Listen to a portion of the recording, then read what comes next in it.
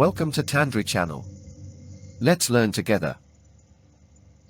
Akan membahas mengenai cara menguji normalitas data menggunakan uji Kolmogorov-Smirnov dan Shapiro-Wilk di SPSS. Nah, terlebih dahulu kita siapkan datanya di Excel.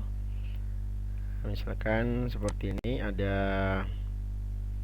sebanyak 64 data ya, dengan rata-rata 75,4 dan varian 93,19.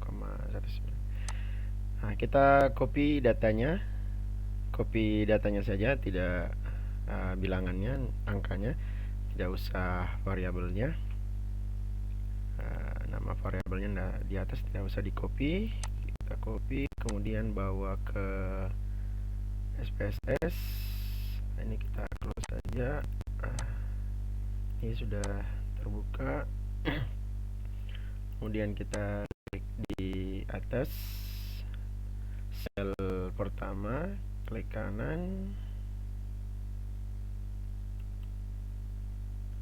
kemudian paste.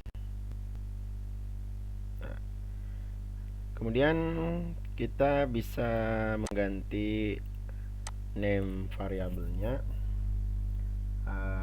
Misalkan kita ganti dengan inisial variabel X. Nah, untuk atau misalkan kita ganti misalkan dengan inisial nama variabelnya, misalkan variabelnya adalah kemampuan berpikir kreatif matematik siswa. Bisa kita tulis KBKM, kemudian kita tulis secara jelas di label kemampuan pikir kreatif matematis. Nah, di name ini kita tidak bisa menulis secara panjang, apalagi menggunakan spasi. Untuk bisa menggunakan spasi pada name-nya nanti, nama variabel nanti kita bisa tulis di label ya. Kemudian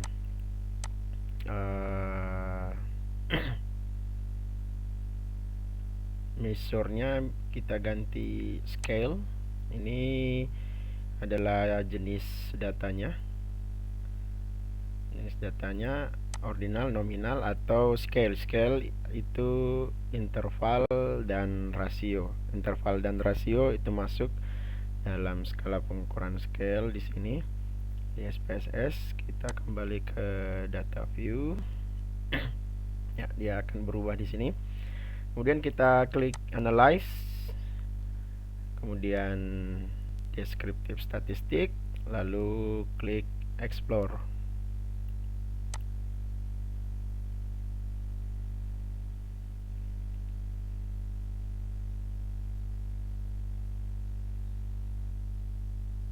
Nah, akan muncul tampilan seperti ini, kotak dialog seperti ini, kotak dialog explore. Kita klik variabelnya tadi, kemampuan berpikir, kemudian klik tanda panah di dependent list. Karena datanya berbentuk interval tadi, kita masukkan ke sini, kemudian pastikan displaynya tercentang bat. Ini kedua, yaitu bisa kita memilih plot statistiknya saja atau kedua-duanya. Kemudian klik bagian plot.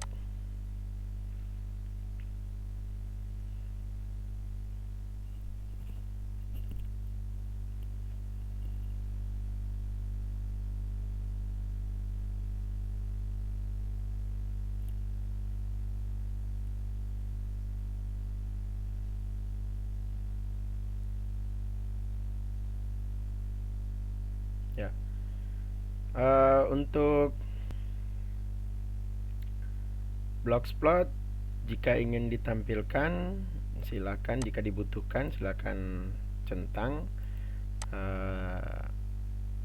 faktor level together atau dependent together. Jika tidak, klik none saja. Kita fokus pada normality plot with test.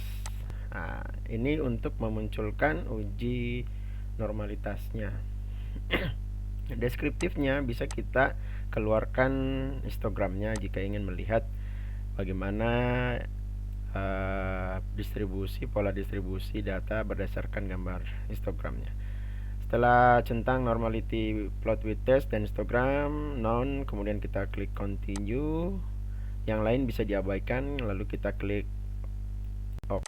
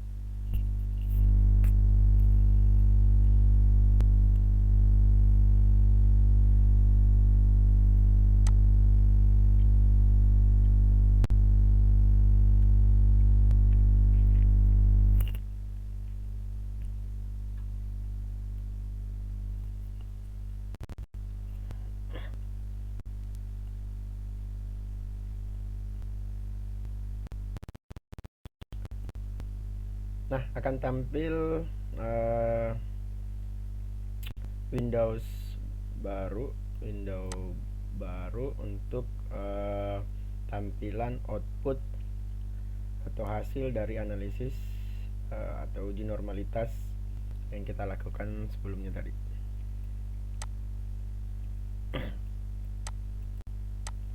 Ya, kita bisa langsung ke tabel test of normality. Di sebelah kiri ini ada daftarnya, kita klik saja tes. Kita akan diarahkan kepada tabel test of normality. Nah, di sini kita lihat ada dua pengujian, yaitu Kolmogorov Smirnov dan Shapiro-Wilk.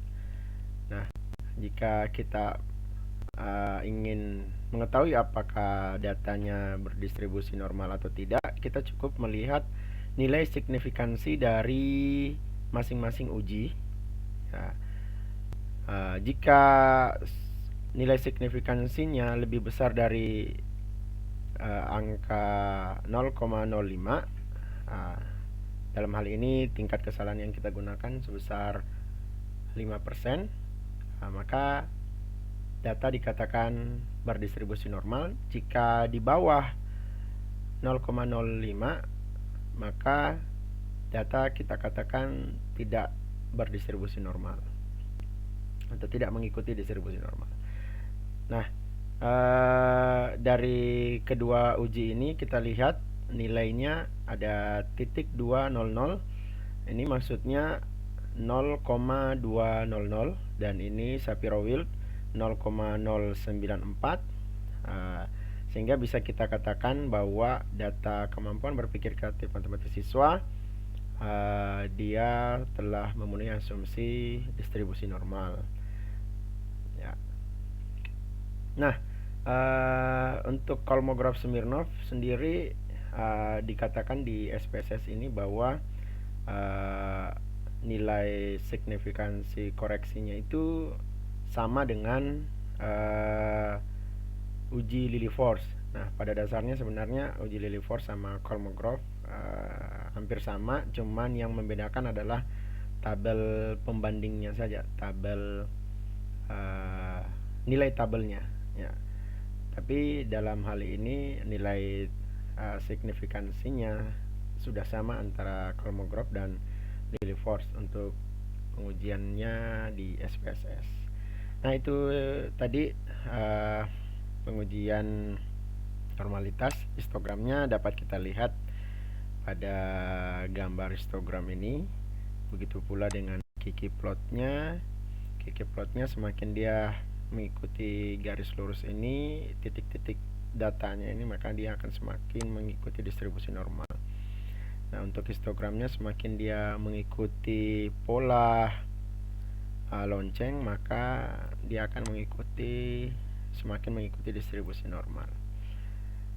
Oke, itu tadi penjelasan mengenai atau langkah-langkah pengujian normalitas data menggunakan